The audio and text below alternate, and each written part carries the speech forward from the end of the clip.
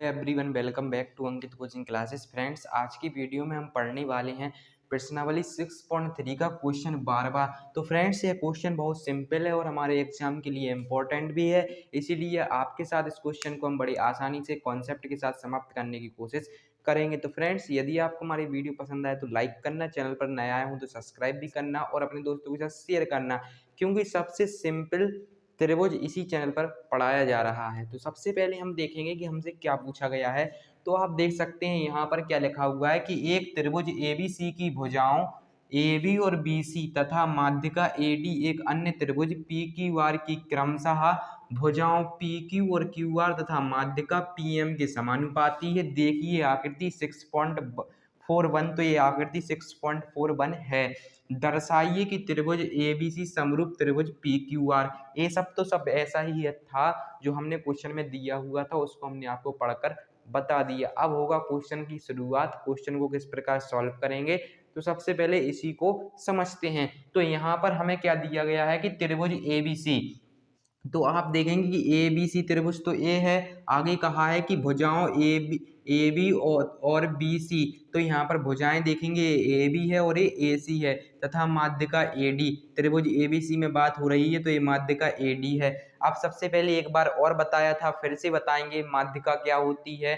माध्यिका वो होती है जहां से खींची जाती है तो वह बीचों बीच खींची जाती है। जैसे यदि हम आपको एग्जाम्पल के तौर पर बताना चाहें कि यदि ये हमारा त्रिभुज ए बी सी है, यदि हम इसे माध्यिका इस प्रकार डी खींच दें तो ये ऐसी माध्यिका खींची जाती है कि जो बी सी भुजा है उसको ये दो भागों में बांट देती है। पहला हो जाएगा भाग बी डी और दूसरा हो जाएगा सी डी। यदि इन दोनों को जोड़ेंगे तो ये बन जाएगा। मतलब माध्यिका एक ऐसी वो होती है जो कि एक लाइन को दो बराबर भागों में बांट देती है। ये माध्यिका का काम होता है। बी सी एक लाइन थी, इसने 20 से काट दिया तो बी डी और बी सी दो बराबर भाग हो गए। इसी का माध्यिका का काम होता है कि बराबर दो भागों में बांट देना।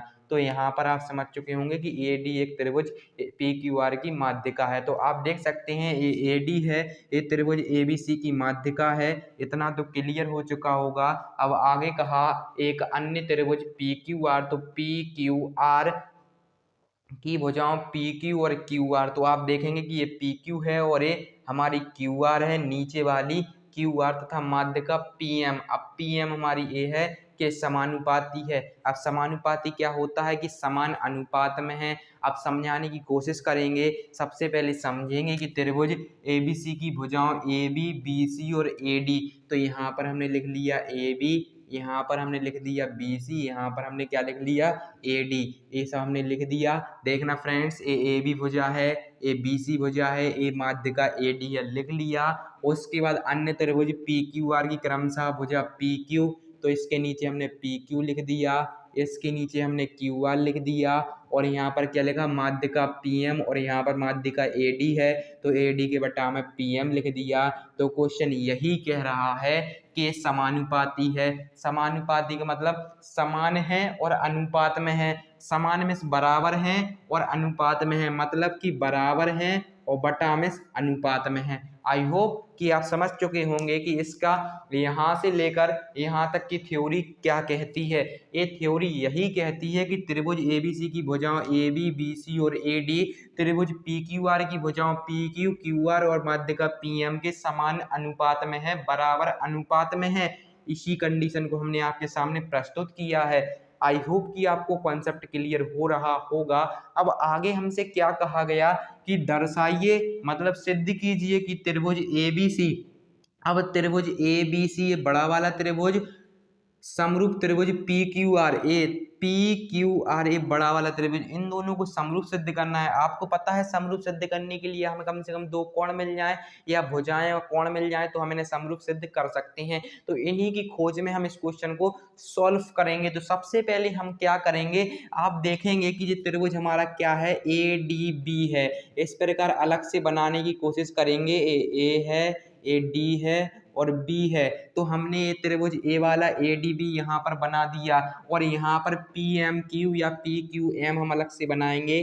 तो इस प्रकार आप देखेंगे पी है, ए क्यू है और ए एम है। हम इन त्रिभुजों को अलग क्यों बना रहे हैं आप ये समझेंगे। तो हमने इस वाले त्रिभुज को यहाँ बनाया, इसको यहाँ बनाया, समझाने की कोशिश करेंगे, पेशेंस रखना, सब समझ में आने वाला है। तो सबसे पहले इन दोनों त्रिभुजों में हम समरूपता हासिल करेंगे। हमें करना तो है इस बड़े वाले में, लेकिन अभी हम इस छोटे वाले में करेंगे। तो आप देख सकते हैं कि इसकी ए बी भुजा इस पी क्यू के बराबर है और यहाँ पर हम लिखे भी हुई है कि ए बी पी क्यू के बराबर में है और अनुपात में भी है। तो यहाँ से क्या पता चला हमें कि ए बी बराबर हमारा पी क्यू है, एक बात तो क्लियर है, और अनुपात में भी है। तो ए बी का अनुपात किसके अनुपात में है, पी क्यू के।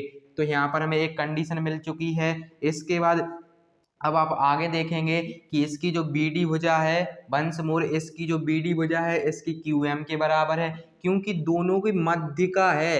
यहाँ पर बी डी मध्य का है और क्यू एम मध्य का है। तो यहाँ पर हमें क्या मिला, बी डी क्यू एम के बराबर मिली। तो यहाँ पर हम क्या लिख सकते हैं, बी डी बटा में क्यू एम।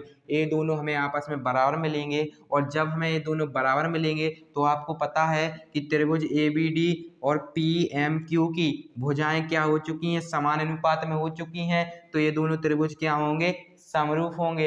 अब आप हम सोच रहे होंगे कि हम इस प्रकार क्यों कर रहे हैं, तो हम ये भी बता देंगे आपको। एक चीज और समझना, आपको पता है कि बराबर भुजाओं के सामने के कोण बराबर होते हैं, तो इसका कोण भी इसके कोण क्यू के बराबर होगा। अब हम आपको सबसे पहले ये बताने की कोशिश की हमने कि सबसे पहले त्रिभुज ए बी डी और पी एम क्यू या पी क्यू एम को हम समरूप सिद्ध करेंगे। क्यों करेंगे ये आपको आगे पता चल जाएगा। और यहाँ हमने मध्य का किस प्रकार बराबर की, ये यदि समझ में नहीं आया तो सॉल्व करेंगे तो इसका रीजन भी आएगा कि ये किस प्रकार आधी हुई हैं। तो सबसे पहले फ्रेंड्स हमने इतना तो समझा दिया कि हम इस क्वेश्चन में क्या करने वाले हैं।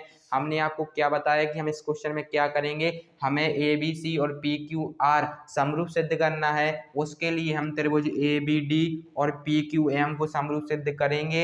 इसके जस्ट बाद ही त्रिभुज ए बी सी और पी क्यू आर समरूप सिद्ध हो जाएगा। ये तो समझने के लिए था, जो कि हमने आपको बता दिया कि हम इसमें क्या करने वाले हैं, हमें क्यों बताते हैं, ताकि आपको क्वेश्चन में इंटरेस्ट आ सके और आप भी समझ सकें कि हम आगे क्या करने वाले हैं, ताकि दोनों की अंडरस्टैंडिंग क्लियर हो और आपको क्वेश्चन भी अच्छे से समझ में आ सके। अब यहाँ तो फ्रेंड्स हमने समझा दिया, अब इस सबको रफ करेंगे और हम आपको बड़े ही आसानी से बताने की कोशिश करेंगे। तो सबसे पहले फ्रेंड्स इस क्वेश्चन को हम रफ करने की कोशिश करेंगे ताकि आप हमारा कॉन्सेप्ट समझ सकें। तो फ्रेंड्स सबसे पहले हम इसको रफ करेंगे। अब यहाँ पर हमारा एक ही मेन मोटिव है, उद्देश्य है। आई होप कि आपको क्वेश्चन हम समझा सकें। तो सबसे पहले आपको क्या पता है कि हमें क्या दिया गया है कि भुजाएं समानुपाती हैं। तो सबसे पहले आज क्वेश्चन आपके सामने ही थ्योरी के साथ क्लियर होगा, बस पेशेंस बनाए रखना। तो सबसे पहले हमें क्या दिया हुआ है, दिया है। अब आपको अभी हाल हमने बताया था कि क्या दिया हुआ है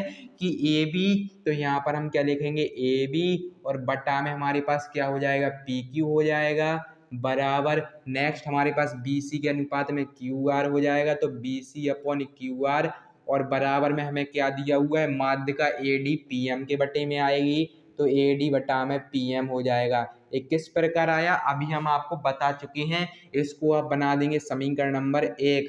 यहाँ पर स्केच नहीं चल रही है, वंस मोर यहाँ से हम इसको बना देंगे समीकरण नंबर 1। अब फ्रेंड्स पेशेंस बनाए रखना, क्वेश्चन समझ में आने वाला है। अब हमने आपको क्या बताया कि ये हमारी क्या है, माध्यिका है ये वाली। तो माध्यिका का मतलब हमने क्या बताया कि बराबर भागों में बांट देती है। तो आप हमें इतना बता दीजिएगा कि ये बी सी भुजा है, क्या है, बी सी भुजा है। जो इतनी बी डी है उसी उतनी ही बी सी है। तो हम इसको इस प्रकार नहीं लिख सकते क्या, हम इस बी सी भुजा को 2 इंटू बी डी नहीं लिख सकते, इतना बता दीजिए आप। पहले हम आपको बताना चाहेंगे कि बी डी, जैसे हमारी जो बी सी भुजा है उसके दो भाग हैं, बी डी प्लस का हमारा सी डी, और ये दोनों आपस में बराबर हैं। तो हम इस बी सी भुजा को क्या इस प्रकार नहीं लिख सकते, 2 गुणे बी डी। क्यों लिख सकते हैं, सबसे पहले ये समझते हैं, क्योंकि ये दोनों भाग बराबर हैं। जैसे मान लीजिएगा, सपोज कीजिएगा ये 2 है और ये भी 2 है, तो ये पूरी 4 होगी जब, तो हम इसको क्या ये नहीं लिख सकते 2 गुणे बी डी, मतलब कि बी डी की वैल्यू खुद 2 है, मतलब बी डी की वैल्यू स्वयं 2 है, और इसके बाद सी डी की वैल्यू भी 2 है। तो 2 का जब 2 में गुणा होगा तो 4 बनेगा। तो तो BC भुजा पूरी 4 है, ये दोनों 2 हैं, तो हम इसमें 2 का गुणा करके नहीं लिख सकते। यही तो हम आपको बताना चाहते हैं कि हम इस BC भुजा को 2 इंटू BD लिख सकते हैं। तो उम्मीद करेंगे कि आपको समझ में आया होगा। इसी प्रकार हम यहाँ पर भी करेंगे QM के लिए। तो यहाँ पर हमने आपको क्या बताया कि BC को हम क्या लिखेंगे, 2 इंटू BD लिखेंगे। तो यहाँ पर हमारा क्या हो जाएगा, अब AB बटा में हमारा PQ हो जाएगा और बराबर BC को हम क्या लिखेंगे, 2 इंटू BD लिखेंगे। तो यहाँ पर हो जाएगा 2 इंटू BD अपॉन अपॉन में हमारा अब क्या है, QR है। तो यहाँ पर इस QR को हम क्या लिख सकते हैं, 2 इंटू QM लिख सकते हैं, अभी हमने आपको बताया है।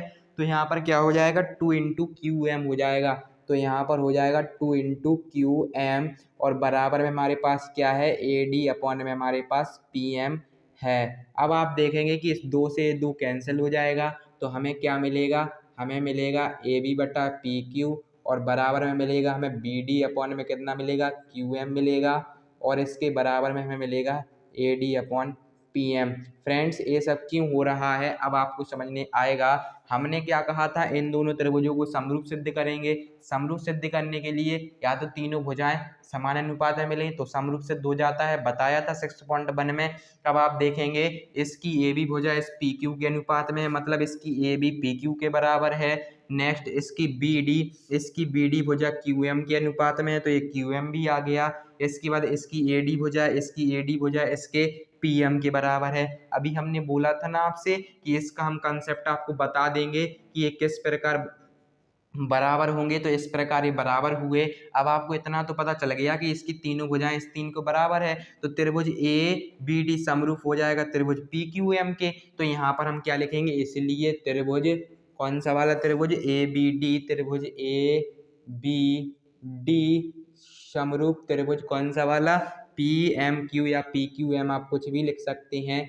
अब हमने आपको एक चीज और बताई हुई है कि बराबर भुजाओं के सामने के कोण बराबर होते हैं। तो यहाँ पर जो AD भुजा है इसके सामने का कोण B है, इसी प्रकार PM के सामने का कोण Q है। तो ये भी आपस में क्या होंगे, बराबर होंगे। तो यहाँ पर हमें क्या मिला, कोण B बराबर कोण Q मिला। वंस मोर कोण B बराबर कोण Q मिला। तो यहाँ पर आप लिख सकते हैं कोण B बराबर कोण Q।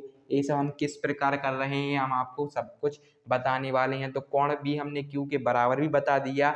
अब फ्रेंड्स हमें क्या सिद्ध करना था कि सिद्ध कीजिए कि त्रिभुज ABC समरूप त्रिभुज PQR। अब यहाँ पर हम क्वेश्चन को सॉल्व करेंगे। इसी प्रकार क्वेश्चन सॉल्व होता वो तो हमने आपको बताने की कोशिश की है। तो सबसे पहले हमें जो सिद्ध करना है उसको हम लिखेंगे। तो यहाँ पर हम क्या लिखेंगे, सिद्ध करना है। तो फ्रेंड्स यहाँ पर आप समझने की कोशिश करना, बहुत सिंपल क्वेश्चन है, 5 मिनट में ख़त्म कर देते हैं, लेकिन हमें समझाने की आदत हो गई है आप लोगों को। तो हमें क्या सिद्ध करना है, त्रिभुज ABC समरूप त्रिभुज कौन सा वाला, PQR। हमने आपको क्या बताया था कि जो भी हम सिद्ध करते हैं उन्हीं दोनों त्रिभुजों में जाते हैं। मतलब कि हम क्या लिखेंगे, त्रिभुज ABC तथा त्रिभुज PQR में। और फ्रेंड्स आप इसको समीकरण नंबर 2 बना देंगे, समीकरण नंबर 2 बना देंगे। अब आप देखेंगे समीकरण नंबर 1 को, तो AB बटा PQ बराबर BC अपॉन QR है। और आप देख सकते हैं इसकी AB भुजा इस PQ के बराबर है और यहाँ पर BC QR के बराबर है। तो यहाँ पर हम क्या लिखेंगे, AB अपॉन में हम लिखेंगे PQ और बराबर में हम क्या लिखेंगे, BC अपॉन QR। और यहाँ पर आप बता देंगे समीकरण 1 से, क्या फ्रेंड्स, समीकरण 1 से। आप चाहते तो तीनों भी लिख सकते थे, लेकिन हमें 2 की ज़रूरत है तो हमने 2 को लिख दिया। तो AB अपॉन QR बराबर BC अपॉन QR, ये समीकरण नंबर 1 से हो गया।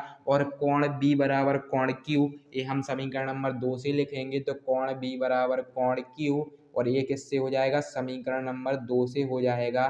तो यहाँ पर आप लिखेंगे समीकरण 2 से।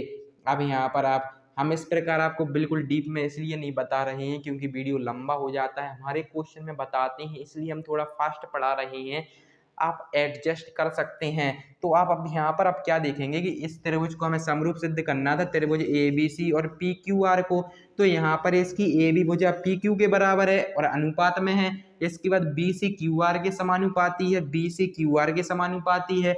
और इसके बाद इसका कोण भी क्यू के बराबर है, मतलब कि इस त्रिभुज ABC का कोण भी इस कोण क्यू के बराबर है। अब आपको पता है कि जब हमें दो भुजाएं और एक कोण बराबर मिल जाता है तो ये त्रिभुज क्या होते हैं, समरूप हो जाते हैं। तो यहाँ पर आप क्या लिखेंगे, इसीलिए त्रिभुज ABC समरूप त्रिभुज कौन सा वाला, PQR। और यहाँ पर आप क्या लिखेंगे, भुजा कोण समरूपता से, क्या, भुजा कोण समरूपता से। तो फ्रेंड्स इसी के साथ ये क्वेश्चन समाप्त हो गया। हमने सिद्ध कर दिया कि त्रिभुज ABC समरूप त्रिभुज PQR भुजा कोण समरूपता से। आई होप कि आपको क्वेश्चन समझ में आया होगा। फ्रेंड्स सिंपल क्वेश्चन होते हैं लेकिन हम इस प्रकार पढ़ाते हैं, हमारा यही टारगेट होता है कि बच्चों को समझ में आना चाहिए, आप लोगों को क्वेश्चन समझ में आना चाहिए, क्योंकि जब तक क्वेश्चन समझेंगे नहीं, जब तक सॉल्व नहीं कर सकेंगे, आप भूल जाएंगे। ट्रायंगल है, इसे रटा नहीं जा सकता, इसे ओनली समझा जा सकता, इसलिए हम समझाने की पूरी कोशिश करते हैं। आई होप कि आपको क्वेश्चन समझ में आया होगा और वीडियो पसंद आई होगी। यदि फ्रेंड्स हमारी वीडियो पसंद आई हो तो लाइक करना, चैनल पर नए आए हो तो सब्सक्राइब भी कर लेना और अपने दोस्तों के साथ शेयर करके बताना कि उन्हें भी आपको पता चले कि हम किस प्रकार पढ़ाते हैं और आप लोग हमारे चैनल को सब्सक्राइब भी करेंगे। अब इसके बाद हम करने वाले हैं, हमारे ओनली 4 क्वेश्चन बचे हुए हैं, तो हम इसके बाद आपको 13वां क्वेश्चन कराएंगे। तो हम मिलेंगे उसी वीडियो में, तब तक के लिए धन्यवाद।